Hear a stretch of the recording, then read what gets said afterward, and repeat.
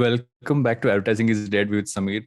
Sameer, firstly, thank you for coming on the show. I'm super excited to have this conversation and welcome to Advertising is Dead. Thank you so much for having me. I'm excited to be here. I've heard so much about this show, so I'm glad my turn came up. Yeah, it's funny that I say my turn came up because honestly, for me, through my entire journey across what started off as media, then advertising, and then content, although that's kind of jointed all together, I've always looked to seeing what you're doing because in some ways it kind of you always that one step ahead of where things are kind of going. So maybe I thought I'll start off this conversation by asking you, if you look at the entire media and entertainment space right now, what do you where do you think we are at? If you had to kind of do a broad macro perspective on what how things are playing right now, what would your perspective be? I think we're in a good place because really what's happened in the last, say, 20 years and then in the last 5 years is that it's seen a huge degree of connectivity. I remember before the satellite revolution happened in 2000, say, it started in the 90s, but it really took off in 2000. There used to be a little bit of differentiation between people who had access to information and who didn't, who had access to entertainment and who didn't, right? It was a have and have not thing. But by 2004 and 5, with the surge of the news channels and then all the satellite channels and all of that, in a way, news got democratized, right?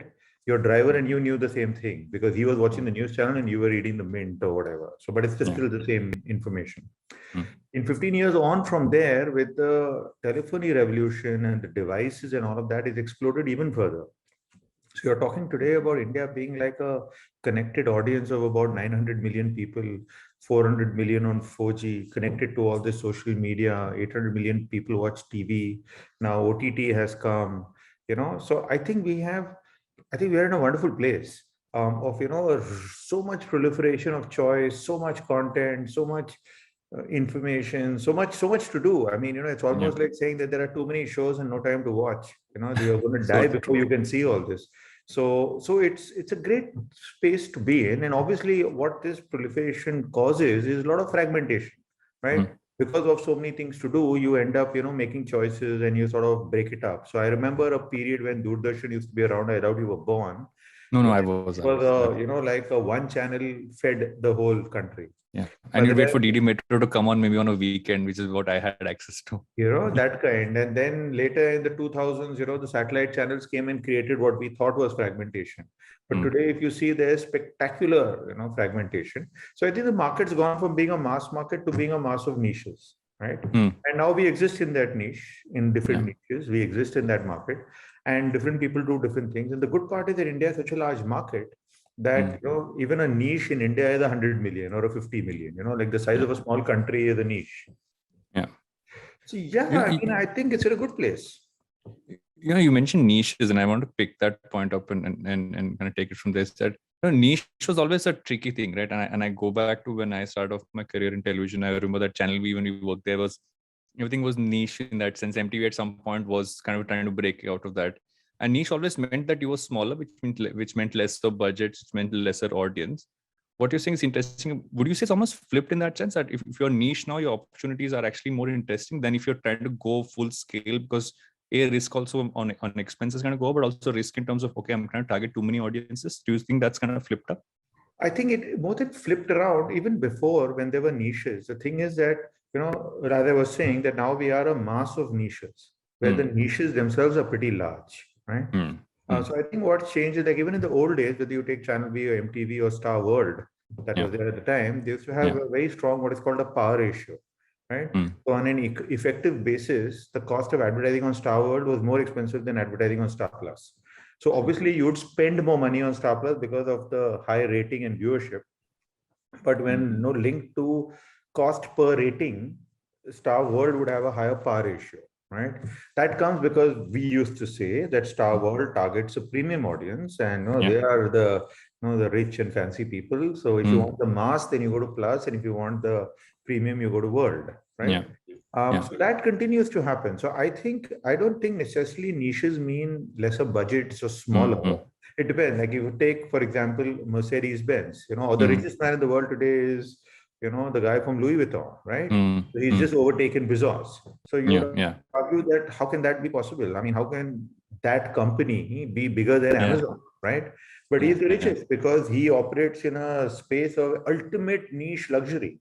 So, for one product of Louis Vuitton, you can buy, your whole year's shopping on Amazon. And phenomenal margins, and you don't And need so because it's a much. brand you're selling, and you're selling, that kind of position. So you're essentially paying for the logo, not for the product per se. And I mean, it's different things. It's not necessarily niche means low cost or low value. And therein comes the question about how applause happened, right? Because at a time when everybody was kind of going out and setting up OTTs, and you obviously had worked on that during your time at Balaji Telefilms as well.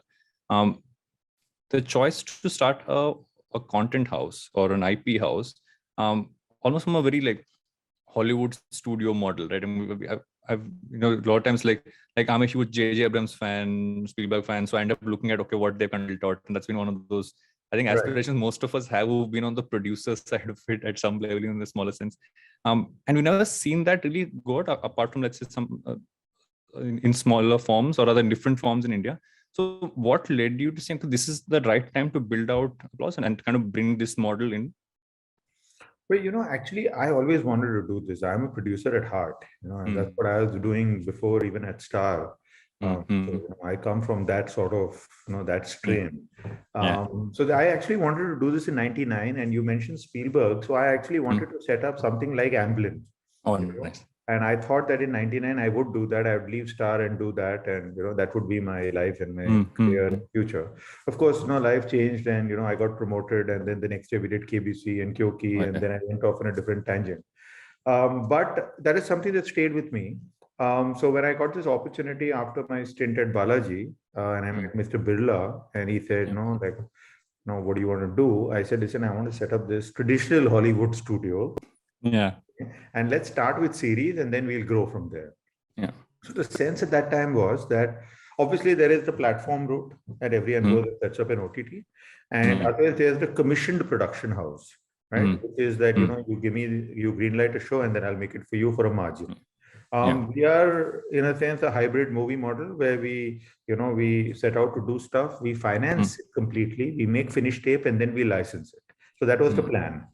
And the idea was that if it can work for movies, it can work for series. There is a whole bunch of platforms out there and growing. They've got deep pockets. They have extremely fierce, competitors. They've got long-term vision, and they're going to need a lot of content. They're going to need a lot of output, because the whole binge viewing sort of behavior of consumers is that the show is over on the weekend.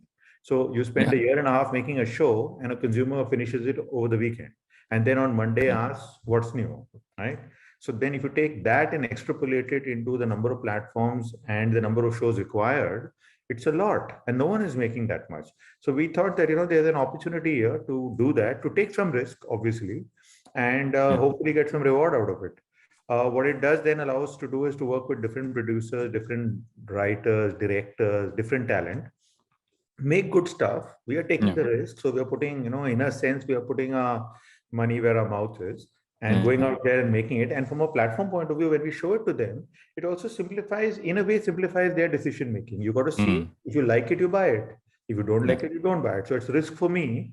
And it's also, in a sense, simpler for the platform, because they don't have to go through that 18-month of agony and hard work and stress and all of that. And some things take longer. Scam, we were at it for 3 years. So, I mean, some things take longer. It's a journey. So our premise and our philosophy is that, listen, we are investing in that journey. Me and my team do all the heavy lifting and all of that, hard work and writing. And we have many blind alleys. We have many false starts. Things go wrong. We start developing stuff. We scrap it along the way. So all of that stuff is being done by us. It's a process. And then we finish stuff and we show it. So it sort of worked out, because there is a gap, the number of platforms that are out there and the amount of content they need to feed those platforms is quite a lot. So our sense was that, we'd be better off being in the studio side of the business than a platform. Also, what, currently I regard this current scenario of the platforms as, like World War I. So it's like it's a big fight, right? So our sense is that there's no point getting in the middle of that. We might as well sort of work with everyone, and then see how World War I plays out. I think it's also interesting because I think this specific model is something which is almost alien in concept to most people, right? You would, if you talk to me about that, either you want to kind of create something, so you go and pitch it to someone, and you hopefully will get them to sanction development and go from there. You mentioned syndication, yeah, and licensing, and I think IP is something, especially in this space, that is something most people don't really understand as much. You kind of feel like, I'm going to make this for someone and kind of go, and sell it, and then it goes ahead. But when you look at that point, what do you see the value of creative IP, especially in today's time, being?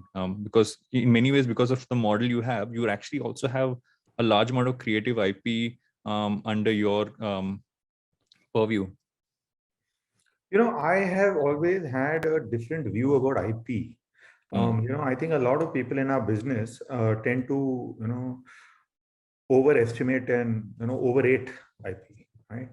IP is good, is valuable, is important only if it's good to start with. Right? True. If you make a flop picture or a flop show and you say, "But I have the IP," it's really a pointless sort of statement. So I think the bigger focus for us is to try and make content that really resonates with audiences, that does well for the platform, that gets us a second season, that ticks those boxes. So if those things happen, then I think I've created some good IP, which can then, sort of build forward from there. But even then, our relationships with platforms is we do pretty much like 5-year, 7-year, 9-year deals. So when you do that, and when you also give them subsequent seasons and all of that, in many ways, the platform is an equal owner of that, right? The platform, I mean, it's exclusive to the platform because we don't do non-exclusive deals. So in that sense, I think what our model is doing is not necessarily saying that, oh, I'm going to make it and I'll give it to you for 1 year and then I'll do that. It's not like that. We are building long-term relationships. We are building a library. The library will obviously get renewed. So we are creating a degree of residual value for our company. We are creating a degree of ownership for what we do as creative and business people. And we have a lot of independence while doing it. Yeah. So I think for us, it's not so much about the eventual ownership as much as the independence in the creative process while making it. We take all these decisions. We say that, okay, this is the cast and this is the director and this is the story. Let's put it together and make it. And then we show a finished product. So I think it's a combination of those. And then obviously when something goes out and becomes really successful and, you get those hits, then they have obviously a residual value, but, it's a process. When you are developing this, and obviously, like you said, you are taking a large part of the risk in kind of creating these and then kind of going into market. How do you make sure you have the right consumer lens in play? Right? Because today's consumer, like you said, is so fragmented, also has been exposed to so much more, right? I think there was a point of time when the audience had less options to consume, so which meant that you didn't really ask for more things. Now the audience has too many options rather to consume. So how do you keep that consumer lens on point, especially when you say, okay, this is something we should kind of build out, or at a certain level, say, okay, maybe this needs to go on pause. How do you make sure that's always there? See, in a sense, I guess I've been in the media business for a while, in the entertainment business for a while.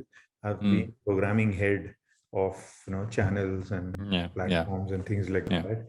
So I mean, I have done this for a living, as in creating content to cater to audience tastes.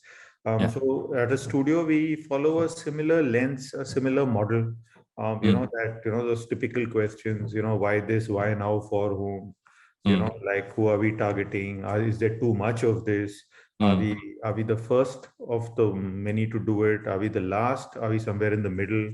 Is it a herd mentality? And are we really coming up at the rear of the herd, which means you're going to get killed, right? Oftentimes they say, if you're a front runner, you're the first mover advantage. The first mover is often also the first bleeder, right? A leading edge can be a bleeding edge. So I mean, there are different things that happen. We are listening. We are always listening to consumers. We are listening to people. We are listening to everyone. Now our relationships with platforms gives us a lot more insight because platforms talk to us. They tell us this works, this doesn't work. We watch everyone. So in general, I am an incredibly curious person. So I'm always interested to know what people think about everything. And I think out of that, and then of course there are general broad rules and guidelines. So it's not as sort of magical or genius as it's made out to be. Human beings like crime, they like comedy, they like love, they like thrillers, they like dramas, they like biopics. I mean, this is all pretty regular stuff. This has been proven again and again globally. It's been proven in India. Every time people try to say, oh, India is a different market, I don't think so. It's the same people. If you cut an Indian or an American, they both bleed, right? So it's the same thing. I mean, a lot of those emotions and all are the same.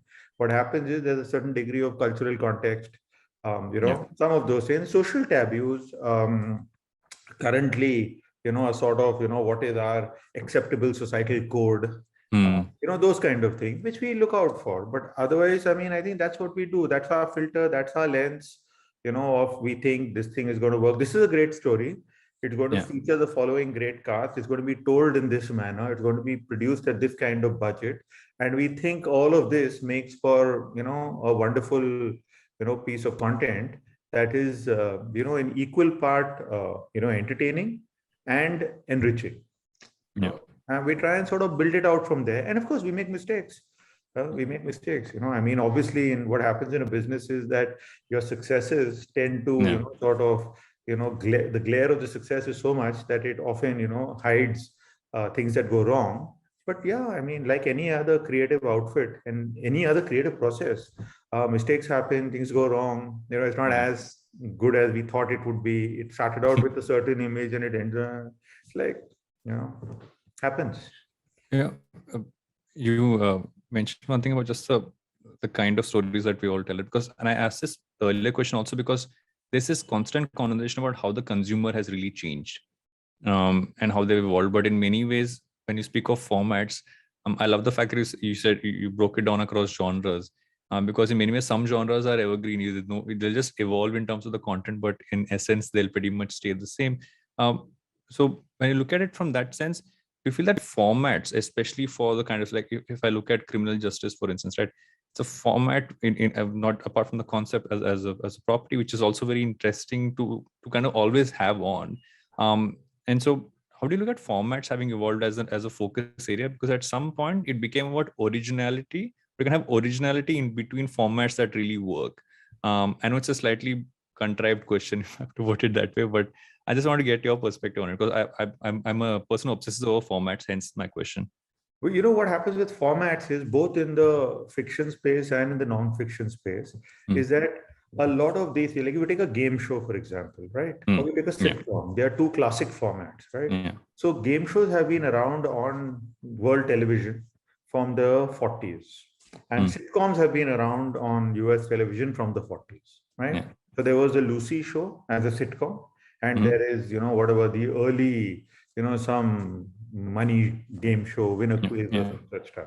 So it's always been there. So what happens is that as they evolve, as the audience times change, audiences grow up, new things come up, the formats keep evolving with that, right? So take the Lucy show as a very basic, a very classic American, middle class white family in the 60s to a modern day Big Bang Theory.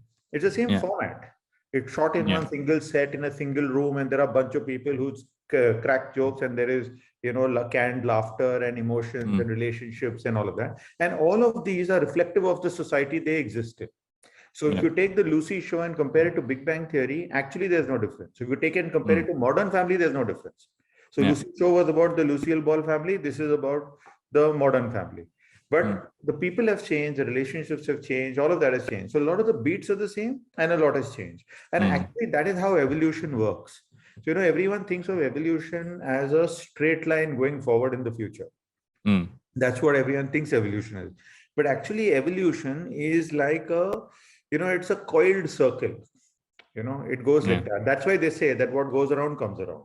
So evolution is that each roll of that circle goes a little forward. So that is why you don't just change. It takes time. That's why today, if you look at entertainment TV in India, they're still doing Saas Bahu shows. And they're still the number one shows on Indian television. So we did that 20 years ago. It's still the number one show on Star Plus is something called Anupama. If you put on Anupama and watch, it will look like Kyoki Saas Bhi Kabhi Bahu Thi, give or take. So what happens is that there are many things that are popular. People like, audiences like this stuff. People like song and dance shows. You say, how many more seasons of Idol can we get? I'd say 100 more. People like music. They like people singing. They like to see talent, So you don't want to go and fix things if they aren't broke. What you want to do is you want to improve it, you want to make it sharper, quality of talent improves, so that's why if you look at the Olympic motto is faster, higher, stronger, right? I think that applies to entertainment as well. It's bigger, better, brighter. It's smarter, it's cooler, it's more intelligent, it's more disruptive, it's all of that. You don't suddenly say that, okay, let's change athletics and let's do a Langdi race instead in the Olympics. You don't do that kind of stuff. You try to see if somebody can run the 100-meter faster. When you spoke about let's trying to don't break something if it's not broken, I think back on reality TV and I felt that's what happened there, is that everybody wanted to make a format more evolved or evolve it further. And eventually most reality TV shows became so complex. The only ones that stayed were very simple in concept. You can have a one-line answer. So, and not just for reality, I think in non-fiction in general, there's been a bit of a, I mean, at least in my head, it's been a bit of a lull because I also kind of came from that background. I want to get your take on where that space is kind of headed. I want to dip into fiction and series and everything else, but I think non-fiction is something which sort of kind of ask if that's something which you are kind of working on, and what do you see as areas that can be expanded in that space especially? I think nonfiction, in a way, just to take from what you said, is that if you don't know, I mean, to not fix it if it ain't broke. If you look at most successful nonfiction on TV today, these are all the old formats. So KBC still happens, Big Boss still happens, Idol, Saregama, all of those continue. All of that, whether the Jhalak or the Nach Baliye or whatever the variation today, Super Dancer or whatever is going on. The comedy shows continue in that manner. So in that sense, these are good formats that have been tweaked and kept it simple. So like a comedy show is designed to make you laugh. So there's no confusion. They're not saying, we'll make you cry and then while you're crying, you'll burst into tears. There's no such plan like that, right? So I think all of that works quite well. And they keep, and new things come up. Sometimes new ideas come up. The key for all of these, unscripted reality, so to say, is the simplicity of thought and the thingy, what this about. So like Millionaire is so simple. KBC is so simple. It's like, I'm going to ask you a bunch of questions and you can win big money. So there's not too much confusion, right? You can't come into KBC wondering what is this about, So I think, see, what's happened actually more than the shows per se is now the new OTT platforms that we have. So that is actually causing the disruption in consumer behavior. Right? It's not the content, because actually a lot of the content on the platforms is original TV content, which is now coming. In fact, Netflix was built on HBO and Showtime content, right? That's what, and now the new originals. So the big change has happened. One is that we have now learned this whole thing of binging. So when we were happy to wait week on week, or even a daily to wait till next day to see the next episode, now we want to watch 4, 5, 6, 7 episodes together at one go, right? So that creates a little, while fiction still works because you can make it and put it out there, the reality shows, like you take a classic singing show that, this week who won, and this one got eliminated and this one went forward and next week we'll see what happened next, is harder to do in a platform because in the environment that we approach a platform is that I'm going to sit back and I'm going to watch a whole bunch of stuff, right? Now, some of those work well. Like I don't mind watching MasterChef episodes on a binge format, right? I agree. But can I watch Idol on a binge format? I don't know, right? Like some things work, some things don't. So there are things, but then this in the meantime opens up this whole world of documentaries, right? There are so many things that you can do which don't have to be fiction, but then don't have to be reality, but can be documentary, right? Which can also be an interesting format. So I think it's changing. People are changing. Technology is changing the way we consume content. So and content will sort of work around that. I don't think anything will ever go away. We are as human beings, we are both storytellers and story listeners. Some of us are storytellers, the rest of us are story listeners. Right? That's what we like, that's what we do. We've always done that. And I don't think that's going to change. That's like 4 million years of genetic, sort of hard coding. We'll keep at it. I have a ton more questions to ask, but I know I've got my first prompt to say I need to go in for a break. So just going to do that and be right back with Advertising is Dead. Welcome back to Advertising is Dead. We're still talking to Sameer Nair. Sameer, I want to pick up from the point where we left off before the break and want to kind of ask you, saying, if you look at, even if I look at the kind of stuff which you are developing on some end, there is original stuff, which is entirely ground up. built. There's stuff that is based on books, which seems to be an evolving category. And there's also stuff where you adapt what are international properties. Is the way of functioning different when you work across these? Is the way you look at it and how it's built out different? So for anyone kind of understanding how that would work internally, without giving away any secret sauce, what would that be? Actually, I don't. I think the process is the same. It's just different starting points. The reason why we did that was because when we set up Applause, we wanted to gain some speed to market and get started quickly. So thought was that we should definitely reimagine some international formats. It's a better word than adapt, because we sort of take the core of the idea and sort of reimagine it and build around it. Of course, we try and stay true to the original, because that's the point of acquiring it in the first place. The second was books, because books is, some books create strong IP and material, so you can build on that. And third is getting original stories written. So I think that was just to get things moving faster, and get doing things better. From there on, I think the process is pretty much the same, because it's that initial idea, which is like a really bright idea. So if you take Scam, for example, we got the book, Sucheta Dalal's book, The Scam, which we had written in, I think, 94 or something. And we acquired the book in early 2018, right? So 2017, we started talking to her. Early 2018, we had the book. In the meantime, I had signed Hansal Mehta as a director for unnamed project, not clear. And contract signed and all of that done. And then we were talking one day. He said, "What should we do? What should we do?" I said, "Hey, listen, I've acquired this book called Scam, Sucheta Dalal. I want to do this Harshad Mehta story." So he said, "Oh, please, I want to do it, because my entire life, every time I've said my name is Hansal Mehta, people have said Harshad Mehta. So I have to make it." So I said, "Done." Then that's like settled. We'd already worked before in Balaji, and I'm a big fan of Hansal's work. So, I mean, we started off like that, and then we got into the writing process, which took us almost a year, because, Hansal had other commitments. He went off to make a movie. Then he was creative directing something else. Then the writing happened. Then the casting happened. Then we finally started shooting in, around October 2019. And then we finished shooting just before this pandemic, sort of arrived into our life. Then the entire post was done through the first lockdown, and then it released in October 2020. So it was a journey. And I think while Scam might have been the longest of our journeys, but all of these are sort of journeys, of the key is the writing, because you got to get the writing. If you write it well, mostly you're going to make it well, right?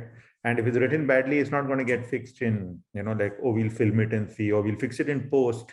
The old edit mein dekh lenge. That is the most dangerous comment. Nowadays, it's improved to DI mein dekh lenge, which is even worse, because nothing's going to happen there.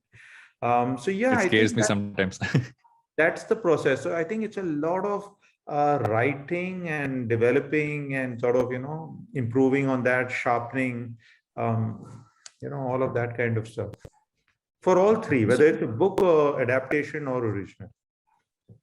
And through this process, right, as a producer, there is always this conversation about how producers at some level need to have a broader overview of how things are working, yet be able to give enough creative freedom to the teams they work with. How do you find that balance? About kind of what are your guardrails to kind of make sure that I'm still allowing the people, because I've trusted them to kind of build this one out, how to make sure that they can get their vision, but yet make sure that I am holding it together from a broader level? We've put a good system in place. See, at the end of the day, filmmaking is a collaborative art form, right? So it's not a solo artist kind of thing. There are a lot of moving parts to it. There are creative calls to be taken in a collaborative manner, as much as there are commercial calls to be taken in a collaborative manner. I think what we look to do is to try and find, initial shared vision and goal, right? So if we can get that with the creative partners we are working with, then we are all on the same page, so to say. That's the key. I mean, I must like you, you must like me, and we must both want to tell the same story, right?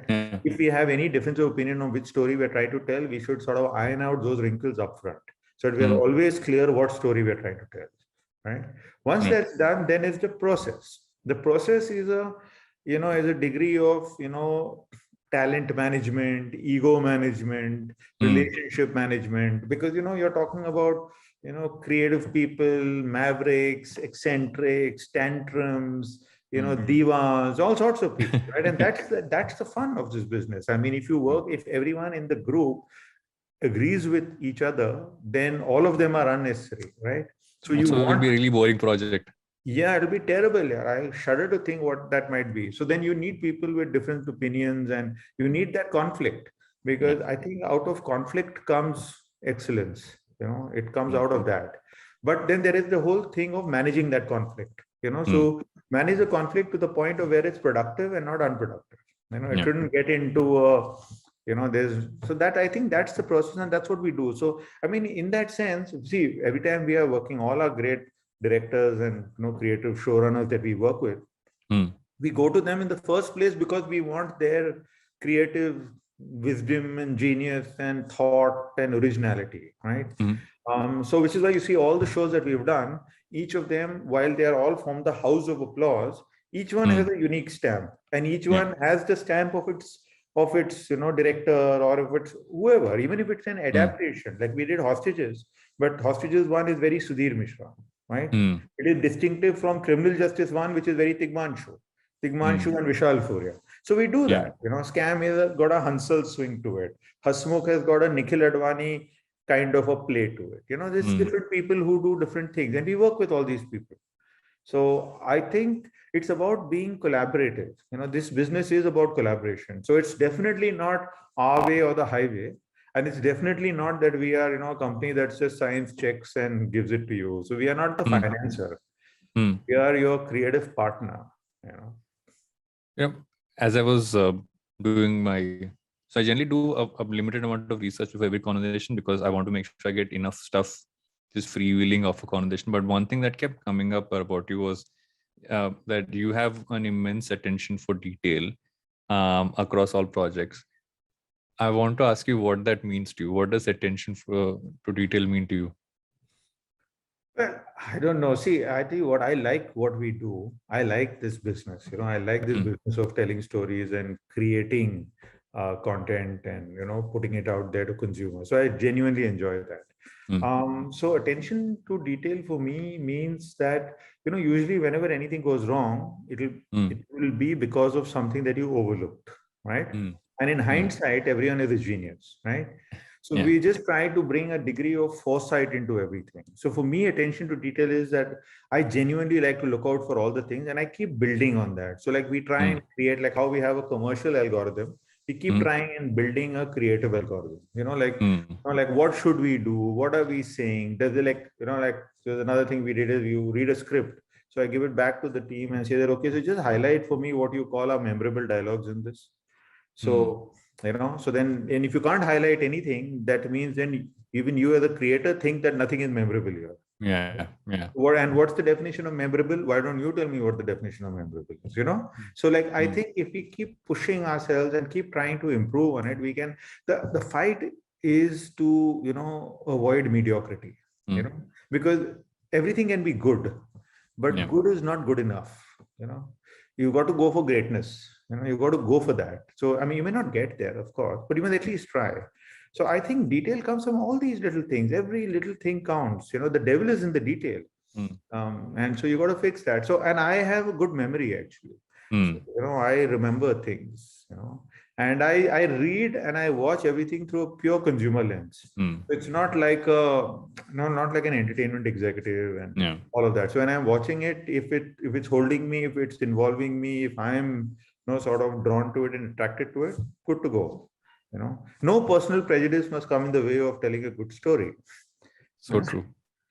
You mentioned one piece about memorable dialogues. In an interesting way, what you said is the one reason why certain pieces from any show or any movie become memes online, is because a dialogue or a moment has such great value that people want to share it in smaller form. So that's actually a great way to kind of, that highlighting part is a great point to make. And if you think about it, cinema and all of the entertainment arts come from there. Hindi movies are famous for dialogues, right? Yeah. If you talk about Godfather, you'll talk about Godfather dialogues. There'll be make me an offer I can't refuse. That kind of shit. That kind of thing will happen. So go ahead, make my day. These are moments. These are things that get created, and what you remember out of the cinematic content are those moments, right? So you don't remember the whole movie, you don't remember the whole series, you remember the highlights. And then your mind joins all the highlights and says, yeah, I enjoyed this movie, right? So it's really important to have those highlights, as a creator and as a consumer. You got to have something to hang on to, right? You can't remember every single frame of a 2.5-hour movie or a 10-hour series. I mean, it's not going to happen, right? So then there must be the sort of the certain key oscillations that you must remember and say, whoa, what a ride, right? It's like going on a roller coaster, right? You don't remember every curve and every swing and every this. But the big jumps and the big drops and the big There's certain moments that stick with you. I'm the world's worst person on a roller coaster, but I still relate to what you just said because I'm like, get out to them. You also mentioned one piece in your earlier responses, the fact that how do you kind of work towards what you should build next? So I have to ask you which area. So obviously there's been a focus on series and features, but if you're looking at where Applause is going next in terms of what all are you developing, kind of moving towards, what do you see as areas of opportunity to kind of which you're building out towards? So I mean, we've defined this for us from the beginning. So it was always series, movies, documentaries, animation, and gaming, right? In that sort of order. That's what we want to do. We are a content studio. We want to tell stories, and we want to tell different kinds of stories. So within this space, and documentaries include some degree of unscripted. So not just documentaries, but maybe some unscripted follow reality or other things. I mean, we are not clear. It's an open kind of.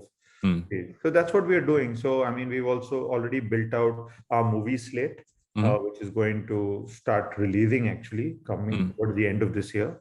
So we've got about 9 movies in development and soon to be production. One movie is already complete.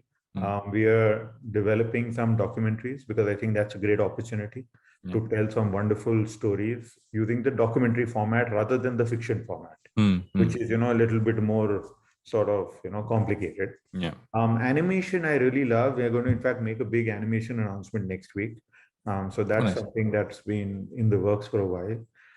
Gaming, we are a little far away from. I think gaming also, there's the 2 types. One is the casual gaming, which is, just the stuff you do, and the little more evolved story-based gaming, So I think that is the direction we'll head in. But again, very early days, we don't know enough. We're still trying to learn as to, what could possibly happen. There's this company in the US, Annapurna Studios, the one that made Hurt Locker and all of that. So they have a big gaming division and they've been doing some amazing stuff. So I happened to meet one of the people working there. So I was getting a little bit of, gyan from him as to what's going on. But I think these are our broad sort of directionally, this is where we have headed. And we're looking to do more collaborations. We're looking to do bigger projects, some international projects, working with companies in the US and in the UK to co-produce stuff together. We want to do a big historical, a big mythological kind of show. So, I mean, that kind of stuff. Would you say that, and I noticed this, and this is actually, again, a slightly more a longish question, but when the entire OTT space kind of came up, initially it was a lot about, certain kind of concepts, everyone's trying stuff out. In between, there was also a veer towards almost going to, because there were a lot of OTTs also going to focus on, let's get stuff that is economically priced. And now it's a lot more about unique propositions and concepts and stuff like that. So when you look at even that part of it, if I'm a young person today, or if I'm anybody in the industry, not even a young person today, and I'm saying, I really want to work in this space. What are the opportunities for me from a career standpoint? Doesn't only have to be the creative end of things. Obviously, there's a directors, writers, etc. But if I'm a person who wants to work in the business of entertainment, where now it's not like the television part has gone away, because people honestly said OTTs come and TV will go away. TV is as strong as ever. What do you see as opportunities from a career standpoint for someone? See, the business of entertainment is a wonderful business, right? I think it's really important for anyone who wants to get into the business of entertainment to learn to be a producer, right? I think people make this mistake about saying, I'm a marketing person, or I'm a finance person, or I'm a management person, right? Which actually means nothing. If you are in our business, and if you are not creative, then whatever else you are must be a producer, right? Now, of course, you can have all sorts of fancy designations and all of that, but it boils down to being a producer. And a producer is someone who genuinely manages everything across the spectrum, right? So it manages the process, manage the creative process, manage the people doing it, manage the monies, manage the costs, manage the expenses, manage the budgets, over budget, the marketing as it comes up, the release strategies, the sales, all of that, right? And there's a huge opportunity. In fact, India does not have a bench strength of producers, of people who can do the business of entertainment. We don't have that.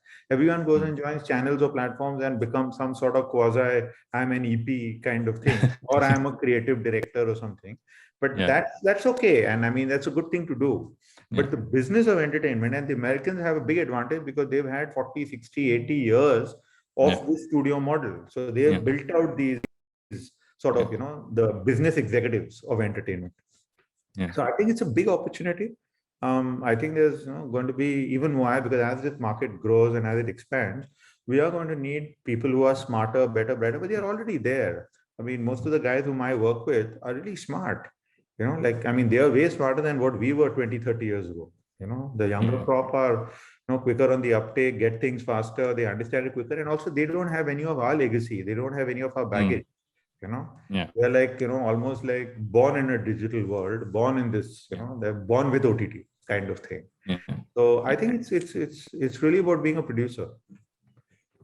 I'm so happy when someone says that, because I remember when I started off, I was always say I want to be a producer, and saying, but when you're going to graduate to directing, I'm like, I don't want to direct. It's not something I want to do. And I feel like many times a lot of people don't get that it's not a progression, that being a producer is actually a great role to have, because you get to kind of have your cake and eat it too. You get to be a part of the creative process to an extent, yet also have a lens on what's happening on a broader scale. And well, that sometimes gets lost on some people. And You in the can't creative, take away from the cool quotient of being a director. There's nothing, that's true. Because directors at the end of the day are the ones who get to call action, and then they're the ones who make it, and they're the captain of the ship and all of that.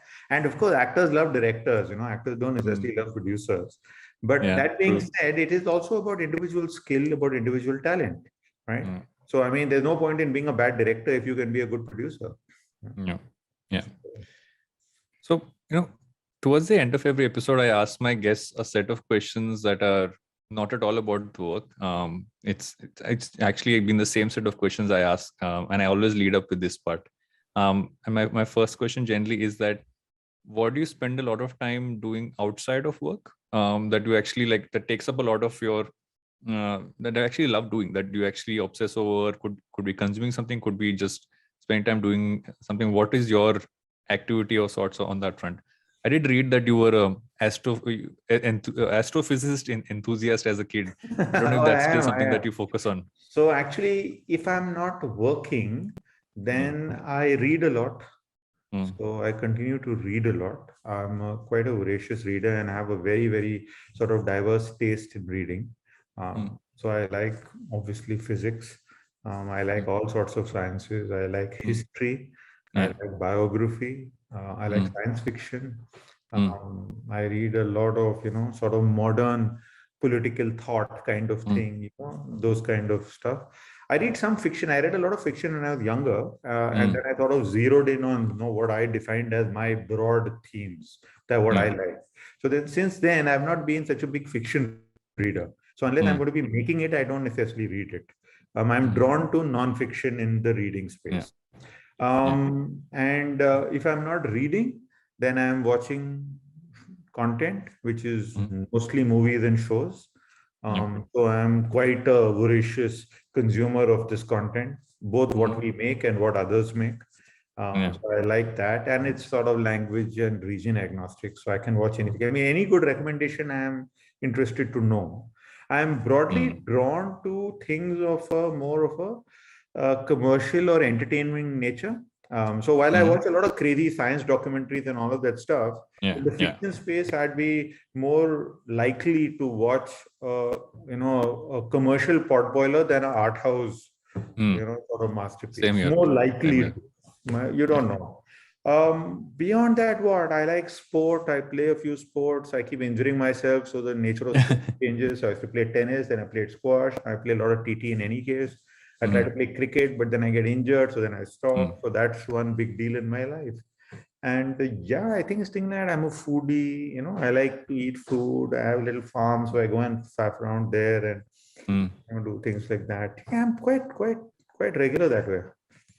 I have to ask you is because you mentioned science fiction, and it's a bit of a segue back to before this. Why do you think we don't make as much science fiction in India? Yeah, I think its answer is quite simple. We are not a scientifically minded country to start with, right? So I think we've got to get there. We are coming out of whatever, 400 years of, being ruled by people and being a very poor country and being quite ignorant and all of those things, plus with a lot of blind belief and blind faith and religion and all of that. So it's not exactly the kind of context that lends itself to science fiction. Whereas if you look at the West, because they've had a longer period of having a lot of industrial growth and a lot of sort of what you call modern life, that they have extrapolated that if we are here, where are we going next? So we are still trying to get up to here, right? So I guess once we are here, then we can go next. The other reason why so that is one part about science fiction. In superhero space, which is also science fiction in a way, we don't have that primarily because we've got such a strong mythology. Right. True. So for us, by default, our superheroes become our gods and goddesses, So it just sort of goes there. So it's damn hard for India to actually create a Batman or a Superman because, we've had a few attempts, but usually it's a little tricky because we've already got Hanuman, So we've got Hanuman. So then everyone else becomes a little difficult to sort of exist. So I think we need to get more scientific minded as a country. It's actually an interesting point. I've never thought of it from that lens. The mythology one always has been a thought, but I never thought about the scientific mindedness as a clear reason why. But it makes total sense. You mentioned that you consume a lot of content and you read a lot. So any recommendations you'd have on stuff to read and watch that you saw or read recently?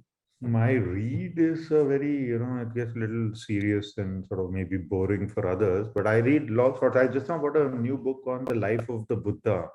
Quite a delightfully written book. Somebody I read in some article of Novak Djokovic, he reads a book called The Power of Now, which is a book that came out in the 2000s actually. So I got myself that as a copy.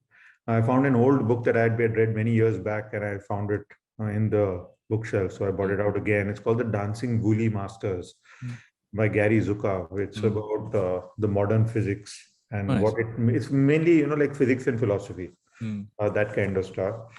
So these are like some big. I read pretty crazy things. I'm watching a really nice show on Netflix called The Ranch. With Ashton Kutcher and a whole bunch of people. Very nice. Deborah Winger and. It's been around for a while, but it's just kind of, and it's stayed and they've renewed it. I'm guessing there's been a strong audience, but it's never been one of those highlighted shows. I know not a highlighted show, but it's very nice and it's very sort of very redneck and totally crazy kind of stuff. So we've been watching that. See, the good thing about binging and good thing about platforms is that you can discover a show in its 4th season. And you've got like a whole truckload of episodes to watch, They don't get over, So it's almost like saying that, if a show has been on for a while and you start late, it's a good experience. So we're doing that. We watch a lot of Nordic noir, all the Scandinavian stuff. That's pretty good. Watch all our shows, obviously. Yeah. I started also watching this new show called Hit and Run. It's just started. So let's see how that goes. So yeah, I mean, also, and of course, I keep going back. I am a very big sitcom comedy fan, and I have 3 or 4 super favorites. So there's Seinfeld, and there is The Office, the American Office, which I can, and 2.5 Men, which I can watch and rewatch anytime. So on a default moment, I can go and start watching any episode of Seinfeld from anywhere and just watch endlessly for 3-4 hours. So yeah, as I said, I'm a simple man with simple tastes and easy to please. No, but Seinfeld for me is like one of the best ones to go back to, because to create a show about nothing that goes on for so long is one of the best things, right? And in so many ways, that's a real life. There's a lot of stuff about nothing that is always there. So much has been written about the show about nothing. The fact is that it's a show about so much, right? Exactly. It's truly a show about something. It's not about Yeah. nothing. And they Yeah. made a big deal about the Osho about nothing, but it's Yeah. actually there's so much in it. Like in one way to look at Seinfeld is Yeah. if you look at Seinfeld and if you watch all the seasons, you realize Mm. that a group of four is living Mm. in a complete bubble of their own, right? True. And that was so reflective and so like holding a mirror to America in that period. Because Yeah. Seinfeld started in 89. In Mm. 1990, the Cold War ended, right? Mm. It ended in 99, right? It went for those 10 years. In that Mm. 10-year period, America was the sole superpower, right? Mm. And in that period, Seinfeld happened. So everything that happened, even Friends, if you look, it came in the same Yeah. period where they are True. living in one bubble of their own, as if the rest of the world doesn't exist. There's some random conversation about, oh, some wedding in India or some this or some that. But by and large, it is Babu Bhatt, the Pakistani who runs the restaurant. And they're not Yeah. even clear Yeah. whether Babu Bhatt is Pakistani or Indian, like So it's true. something Yeah. kind of thing. So, I mean, and the insights, Seinfeld's insights are outstanding, Mm. I mean, Yeah. just everything about him Brilliant. is outstanding. His other show is very good. Comedians in Cars Getting Coffee. Yes. Those Yes. episodes It's are, one of my favorite formats. yeah, I terrific. often watch that show for almost like getting pointers on how to really have a great conversation, because I think just the way he does it, it's so beautiful. Yeah. Uh, what can you put together in an instant? What can I? Put together in an instant. In an instant. Yeah. I don't know. I don't know. I don't know. I don't know how you mean. So this is the most open-ended question I have asked since episode 1. It is basically the fact that people can go towards food. Some people go towards food. Some people come out with something else. But it's totally open-ended, and it's entirely up to you to take it however you want to take it. I can put together in an instant, some sort of, I can put together a nice sort of contrarian philosophy or insight in an instant, or something to sort of just, like if there's nothing else to be spoken about, then I can tell you something that you could do, Okay. or a different way to look at something, Yeah. or just some sort of contrarian view to life. Yeah. I think like recently there's this article that I found where it said, why is China cracking down on its tech companies, right?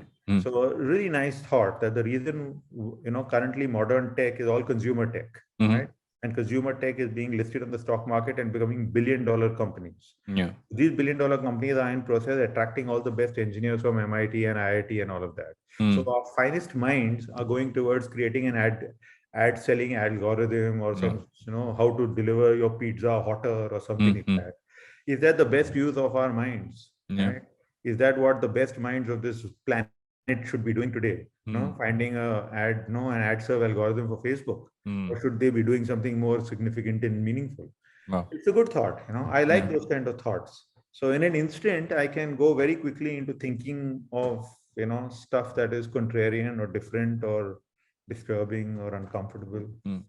But that's why I haven't stopped asking this question, because I always find that the answers are always very interesting. I love the contrarian thought part. And what is generally the last question of the show, which is an adaptation of the name of the show itself. Why do you think the way we consume entertainment will not die, just as consumers? But I think the way we consume entertainment will keep changing. But as I said, that we are genetically hardwired to be storytellers and story listeners. I mean, that's what the sapient species is about. So I think to that extent, we will always look to have these conversations, for someone to ask questions, for someone to answer, for someone to tell stories, for others to listen, and for some sort of sort of accumulated knowledge to keep growing. So I think as long as that sort of remains a core genetic position of ours, all that will change is the style of storytelling, the current taste, the current fad, what's significant now, what's meaningful now. Society changes, women are more empowered, we care more about people, we've lost religious divisions, those things will change. But these conversations will continue. I think the core to humanity is speech and conversation. We talk a lot. So since we talk a lot, that's how we communicate. So I think that's not going to change. Thank you so much, Sameer. It's been an absolute pleasure, and I have a ton of learnings from this one. And thanks for coming on Advertising is Dead. Thank you so much. I V M.